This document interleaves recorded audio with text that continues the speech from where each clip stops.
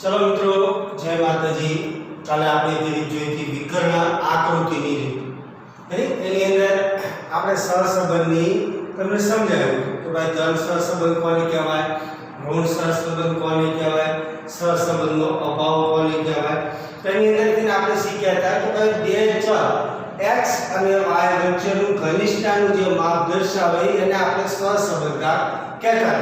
અને કાલે આપણે એ પણ શીખ્યા હતા કે ભાઈ એની જે નિશાની છે એને આપણે r વડે દર્શાવવું। આજે આપણે બીજી રીત લેવાની છે, કાર્લ પિયર્સનની રીત, જેને ગુણન પ્રઘાતની રીત પણ કહેવામાં આવે છે। જેને મિત્રો બે નામ છે, કાર્લ પિયર્સનની રીત અથવા તો ગુણન પ્રઘાતની રીત। કાલે કેમ પણ પૂછી દે કે ભાઈ નીચેનો દાખલો છે, ગુણન પ્રઘાતની રીતે શોધો, તો આપણે શું કરીએ કે ભાઈ ગુણન પ્રઘાતની રીત, એટલે એ રીત તો આપણે ભણ્યા નથી, આપણે ટેન્શનમાં આવી જઈએ।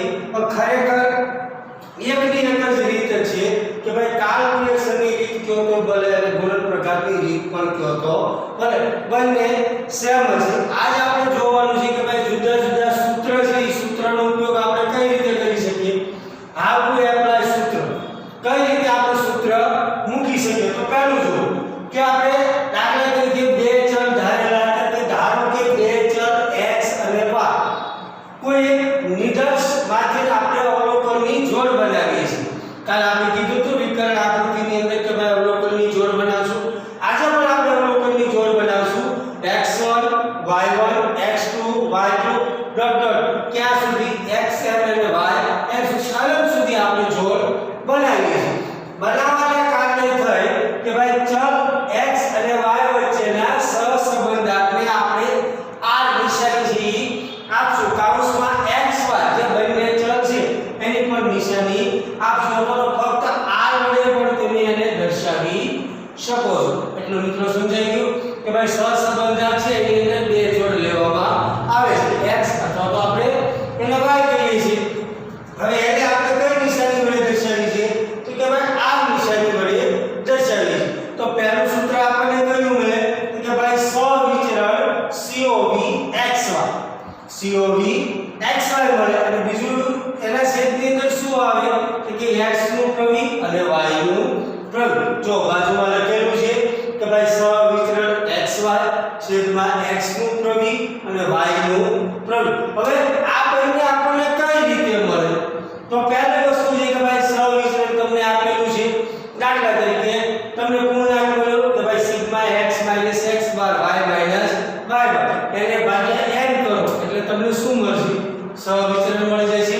જ્યારે x નું તમે ગોતો છો કે ભાઈ પ્રમાણિત વિચલન Sx, કે ભાઈ x નું પ્રમાણિત વિચલન Sx, તો એના માટે શું કરવાનું કે વર્ગમૂળની અંદર સિગ્મા x - x બાર નો સ્ક્વેર કરો ભાગ્યા n કરો એટલે તમને શું મળશે, Sx મળી જશે। ત્યારબાદ કે ભાઈ y નું પ્રમાણિત વિચલન Sy બરાબર તો કે સિગ્મા y - y બાર નો સ્ક્વેર ભાગ્યા n, એટલે y નું પ્રમાણિત વિચલન મળી જશે। આ બંને વસ્તુ મળી ગઈ તો તમે સૂત્રની અંદર એપ્લાય કરી શકો છો કે નથી કરી શકતા? રેડી? હવે જો કે ભાઈ x નો મધ્યક છે એટલે x બાર કહીશું, y નો મધ્યક છે એટલે શું કહીશું આપણે, y બાર કહીશું। તો બંનેના સૂત્ર છે કે સિગ્મા xi ભાગ્યા n સિગ્મા yi ભાગ્યા n, કે ભાઈ જે અવલોકનો આપેલા છે એનો તમારે શું કરવાનું છે, સરવાળો કરવાનો। સરવાળો કર્યા બાદ તેની સંખ્યા વડે એને શું કરવાનું છે, ભાગાકાર કરવાનું છે। ત્યારબાદ આપણે બીજું સૂત્ર જોઈએ કે જો તમને COV XY SX અને SY ની કિંમતની ઉપરથી તમે આ સૂત્ર છે સૂત્ર બનાવી શકો। જો અમે તમને કીધું હતું કે ભાઈ COV XY ની જગ્યાએ તમે શું મૂકો છો, x - x બાર y - y બાર, તો અહીંયા પણ તમે મૂકી શકો x - x બાર y - y બાર, પછી Sx એટલે પ્રમાણિત વિચલન, તો પ્રમાણિત વિચલનનું સૂત્ર શું છે, x - x બાર નો સ્ક્વેર, તો અહીંયા x - x બાર નો સ્ક્વેર તમે મૂકો, y - y બાર નો સ્ક્વેર અહીંયા પણ મૂકો, તો સૂત્ર આ બની ગયું। હવે આ સૂત્ર તમારે ક્યારે ઉપયોગમાં લેવાનું છે, જ્યારે તમારા મધ્યક પૂર્ણાંકમાં આવે ત્યારે। મિત્રો યાદ રાખજો, મધ્યક ક્યારે આવે, તમારા પૂર્ણાંકમાં આવે તો। પૂર્ણાંક એટલે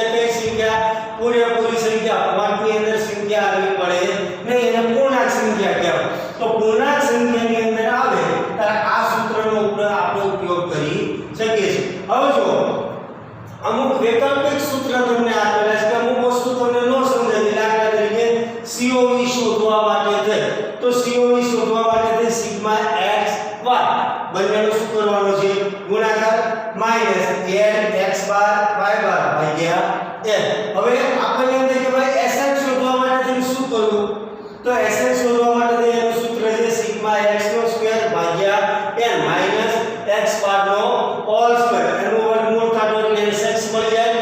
અહીંયા આપણને sy છે તો sy ની અંદર સિગ્મા sy નો સ્ક્વેર ભાગ્યા n માઈનસ y બાર નો હોલ સ્ક્વેર, એનું વર્ગમૂળ કાઢો તો તમને sy મળી જશે. હવે આ બંનેના સૂત્રનો ઉપયોગ કરી તમે મૂકી શકો છો જો કે જ્યારે સિગ્મા x માઈનસ x બાર y માઈનસ y બાર આપેલા હોય તો આ બંનેનું સૂત્ર તમે મૂકી શકો છો, એના સિગ્મા n ગુણ્યા sx સિગ્મા sy. હવે આપણે બીજું જોવાનું છે, એ પછીનું સૂત્ર જુઓ કે જ્યારે સિગ્મા xy મધ્યકો x બાર અને y બારના પ્રવિ અને n ના માપ આપણે જાણતા બધું આપણને આપી દીધું તો આપણે આપણું સૂત્ર બનાવી શકીએ કે sigma xy minus n x બાર y બાર છેદમાં n ગુણ્યા x sx ગુણ્યા sy. અને આપણે બધું આપી દીધું છે એટલે આ સૂત્રનો આપણે ઉપયોગ કરી શકીશું. હવે જો એની પછીનું એક સૂત્ર આપી દીધું છે જ્યારે sigma x sigma y sigma x નો સ્ક્વેર સિગ્મા y નો સ્ક્વેર સિગ્મા xy નો માપ આપણે જાણતા હોય ત્યારે. હવે જો આ માપ આપણે જાણતા હોય તો આપણે સૂત્રનો સીધો ઉપયોગ મૂકવાનો મિત્રો કે n sigma xy minus sigma x sigma y છેદમાં સિગ્મા x નો સ્ક્વેર માઈનસ x નો હોલ સ્ક્વેર અને ગુણ્યા સિગ્મા y નો સ્ક્વેર માઈનસ સિગ્મા y નો હોલ સ્ક્વેર.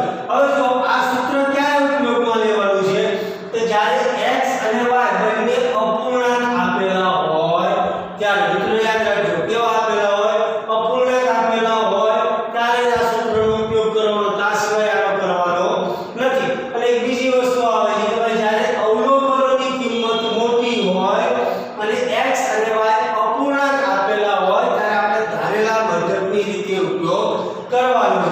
હવે ધારેલા મધ્યકની રીત કઈ છે કે ભાઈ n sigma ub minus sigma u minus sigma v છેદમાં n સિગ્મા u નો સ્ક્વેર માઈનસ u નો whole square n sigma v નો સ્ક્વેર માઈનસ v નો હોલ સ્ક્વેર. હવે જો મિત્રો ખાલી x અને y ની જગ્યાએ આપણે ફેરવ્યા છે, x અને y એટલે એની જગ્યાએ u અને આપણે શું કર્યા છે v કર્યા છે, બીજું આની અંદર કશું કરેલું નથી. હવે જો આ બધા એના સૂત્ર છે, સૂત્ર આધારિત આપણે દાખલાઓ છે, દાખલાઓ સમજવાના. તમને સૂત્રની અંદર બરોબર ખબર પડી ગઈ છે, જો ન ખબર પડે તો WhatsApp અથવા ફોન નંબર દ્વારા જાણ કરો.